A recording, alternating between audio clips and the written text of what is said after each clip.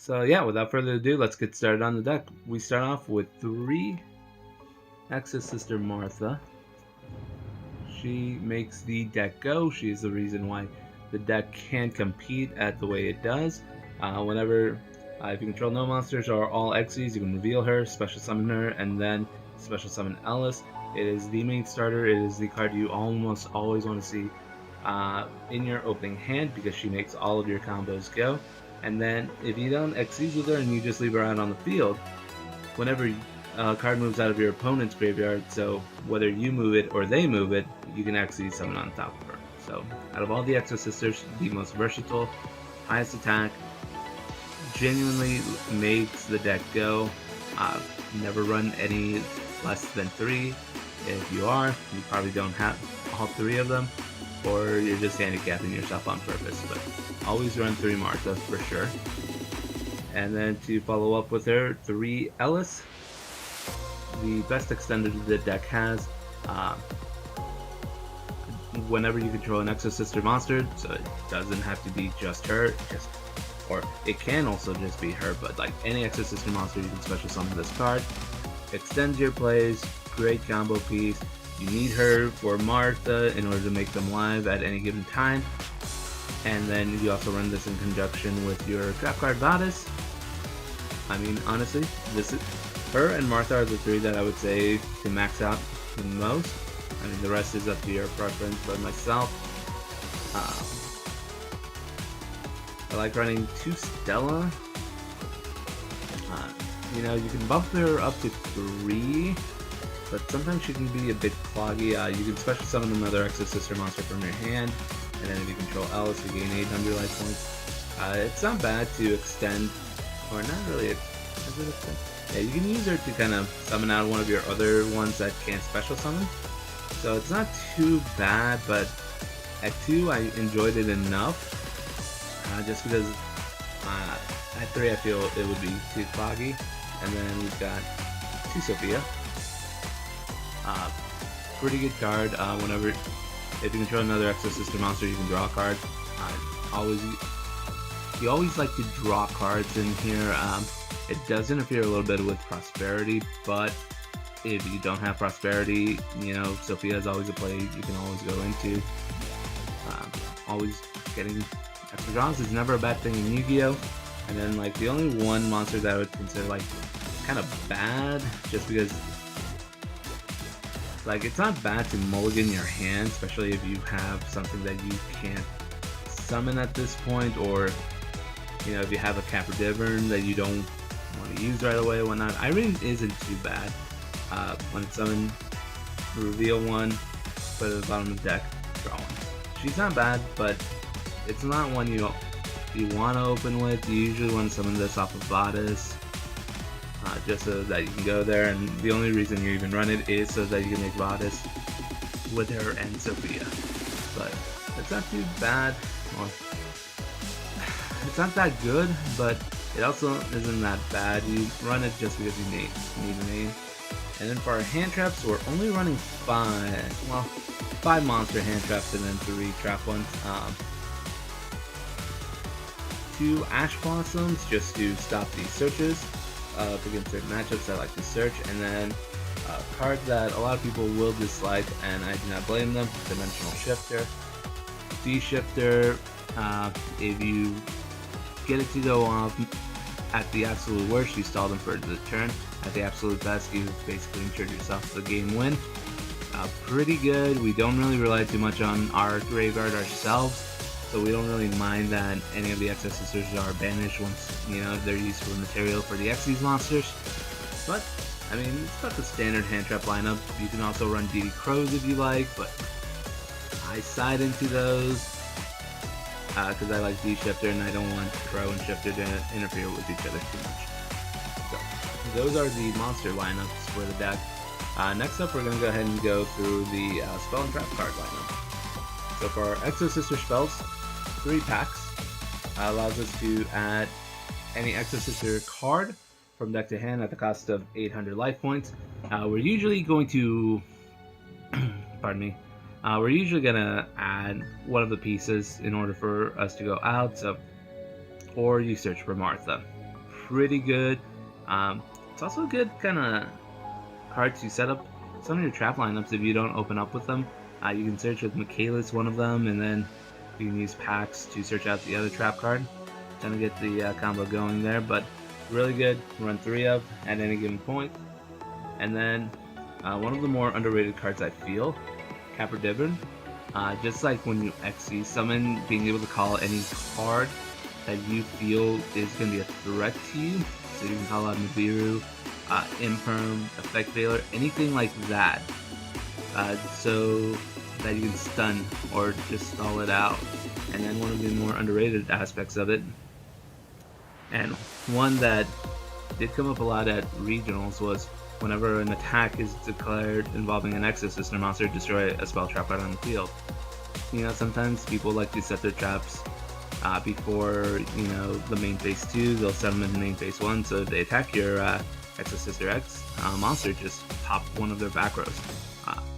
I do tend to be a bit forgetful when it comes to that effect, but I mean, very versatile, very good at stunning, and very good at preventing you from losing to Nibiru. Love this card, and yeah, run the 1, because you don't want to clog up your hand with dead copies. And that's it for the Exosister spells. For our normal non-spells, some board breakers. Dark Ruler, no more. Negate the effects up there. Stop annoying cards like annoying Synchro monsters, fusion monsters that might, you know, bug you. You know, all those things, all those monster effects, just stop them there and be able to get your plays going. You're not going to win that turn, but you'll be able to set up to win on the next turn. 3 pot of prosperity. We want to be able to search through our deck and have any cards live. Desires isn't a bad substitute, but in this deck, one thing I've learned is that names are a commodity. You need to have as many names as possible in the deck in order to make your traps live, and with Desires you run the risk of banishing too many names. So it's why I prefer Prosperity, but again, they're still fairly bit more expensive than they need to be. If you need to run Desires until you get Prosperities, by all means do, but I would say I'd go with Prosperity over Desires any day. Just like being able to search through and get the piece that you need. But really good card. And then for some of the more annoying cards here, Mystic Mine works as Dark Ruler no more 5 and 6. No, 4 and 5. Necro Valley for the tier limit matchup and for anything that kind of relies on their graveyard to move cards around, and then the terraforming to be able to search out for them. Yeah, pretty self-explanatory. Mystic Mine, you gotta be careful how you play through Mystic Mine because you don't want to, you know, stun yourself out of your own effects, so be wary of that. Mine, I feel like, is a necessary evil sometimes, just because there are some decks that can pump out really powerful creatures. So at least Mine gives you a chance to fight back. However, Mystic Mine stall is a bitch. And then our one-of, Called by the Grave. Good at stopping hand traps that might stop you from searching. Good for removing key pieces. I mean, everyone knows how good Called by the Grave is. You don't need me telling you how good or 8 it is. And then for our Exosister traps, I choose to run 2 Validesl. Some people choose to run 3, which isn't a bad call. But I think 2 is a good number right there. You know, it doesn't feel as dead when you have it, and it feels like it's always live. I think with the 3rd copy, you run the risk of potentially drawing into it way later when you don't have as many names. So I choose to run 2 just to make room in the deck for something else. 2 Returnia. This card is awesome. Banishing one and then either Xing or banishing another one if you already X'd this turn. X'd summon this turn. Pretty nuts. 2 is a great number. Always good to run in combination with Validesl. get your 2 monsters out, and then they start kind of cheekily playing around the removing aspect, and then you can just banish one, exceed the other 2 into a Michaelis, and then you get your second banish essentially. So fantastic card, I love it. 2-2 is a good ratio. Some people run 3-2. No matter what your ratios are, I would always say minimum 2 of each. And then for our last hand traps, 3 Imperms, good for stopping effects on the field, good for shutting off certain columns. I mean, a fantastic, versatile card.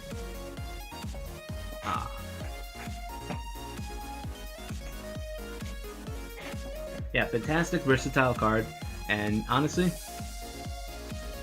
why wouldn't you run 3 of it? It's good. It's always a good card. Like, I think Imperm is going to be one of those cards that's going to be good for like many years to come. And then finally our last 3, triple goes in match. We run nothing but lights in this deck, so run 3 goes in matches. Good for stunning. You know, rivalry is an option, but you know, our Xyz are warriors, not spellcasters, so I would not run rivalry. Run goes in match. It's a good floodgate card.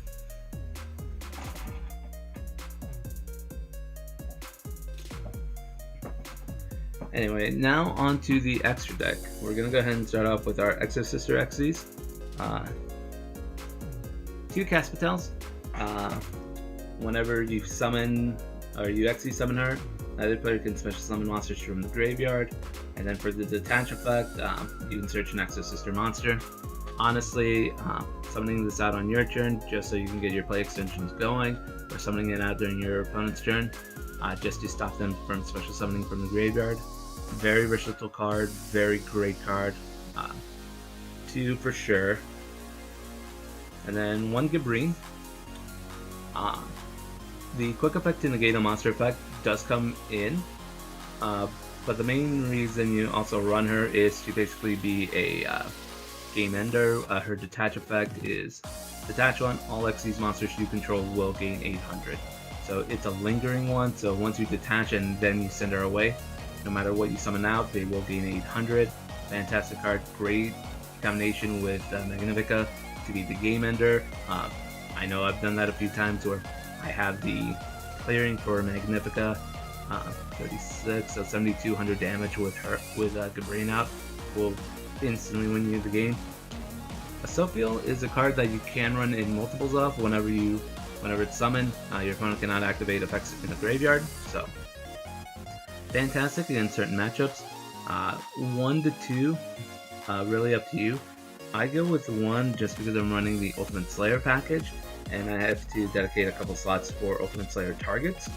But that might change up here in the coming weeks as I kind of tinker the deck. And so this one might be one that we up the count to. The one that you should run 3 of at any given point, Michaelis. When it's Xyz summoned, quick effect, you can banish a card on the field.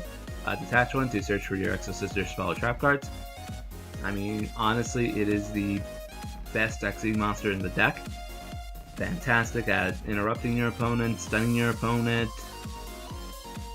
Good stats. Like, I would run 3 at all given times. And then one that you can run at 2, Magnifica.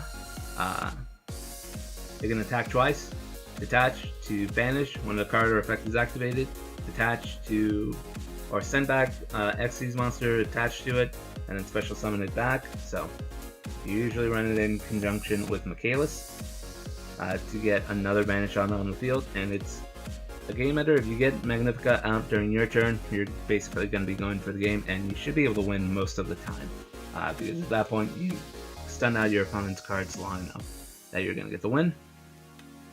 And then basically these are Ultimate Slayer targets, but every now and then we do go into Divine Arsenal AA Zeus. Can't go into it when we summon anything out with Martha, because it only limits us to Xyz. And same with Validesl. Only doesn't limit us to Xyz, it limits us to Exosister monsters. I should reiterate, but if you hard go into it with like a Stella into an Alice play, or basically any non-name with, or any non-Martha with Alice, you should be able to go into AA Zeus. Garura, fantastic card. Send it with Ultimate Slayer, shuffle back one of the fusion monsters, then draw one. Ents, again, Ultimate Slayer, shuffle in the fusion monster, so basically against the tier matchup, shuffle in the fusion monster, shuffle one, and then you can pop one card on the field. And then for our synchro target, Wind Pegasus, again, applications with Ultimate Slayer, and then I believe it's like you can banish him to target a card on the field and destroy it. Oh no, shuffle. So yeah, banish this, shuffle another card on the field. Like, can't go wrong with that. Good Ultimate Slayer target. So I was planning on running the Sunny package. Send her, shuffle a Link monster, and then use the effect to banish this and another one, and use the 2500 Evil Twin monster to shuffle another. Was it shuffle or destroy? Basically, its application was just like Ultimate Slayer target for Link monsters, and then because you can run it in case they try to Ibley lock you or anything, Lina, the Luminous Light Charmer. All of our monsters are lights, and again, those 6 slots really are more or less for Ultimate Slayer and Prosperity targets. Whenever we go with 6 for Prosperity, it's always those last 6, or we go with the Zeus, Wind Pegasus, and Evil Twin. But I didn't really go into Ultimate Slayer that much at the regional, just because it didn't like come up. So Ultimate Slayer's in the side deck. So we're gonna go ahead and show off the side deck real quick. Double Crow, pretty good at kind of sending out cards. Usually if I'm sending in DD Crow, I'm going to side out either my T-Shifters or other cards that rely on the graveyard. Crow is still really good. For time rules, Ghost Mourner and Spooky Dogwood. It's there for time rules. Like, if you know you've gotten into time in Yu-Gi-Oh! Ghost Mourner, Spooky Dogwood, just so you can get the life. If your opponent's trying to special summon out a bunch of monsters or whatnot, always play the Dogwood. If you see you have 10 minutes or less left in your round, I would say go with the Spooky Dogwood. Double evenly for massive removal. Never got a chance to prop this off, but double evenly. Triple Solemn Judgment when you're going first, so you can get your negates out. So you can get the massive negate out on the board. Nothing to say there. Stop any summon or spell or trap card effects. For spell trap card removal, Harpies. And then whenever they try to meme you with anti-spell, Cosmic Cyclone, pay 1,000, banish, destroy everything on the field. Pretty standard spell trap card removal. And then finally, triple Ultimate Slayer. I never went into it, and honestly I think I might end up taking this out for like the Super Poly package, just because I think that might be the better monster removal, or I might go into Lightning Storms just for more massive removal. But Ultimate Slayer is still good. It's just this past weekend at the regional, I never really found a matchup where I was like, I need to put in the Ultimate Slayer, because there really wasn't too much spam with this deck, because for the most part you're always interrupting your opponent's monsters, so even if you're going second, like, you'll have interruptions. So this might be like the only thing I might consider taking out of the sideboard, but that is it. So that was the Exosister deck I ran for the regional, and what I'll probably be running forward for a couple months. Honestly, it's a really solid deck. It's got explosive plays. It's also got a good grind fest, good control. Like, overall, like a really solid deck, and one that I've had a lot of fun with. So hopefully I'll continue to tinker with this, kind of figure out what works, what doesn't, and move forward. Anyway, guys, thank you so much for joining me on this. We'll talk to y'all later.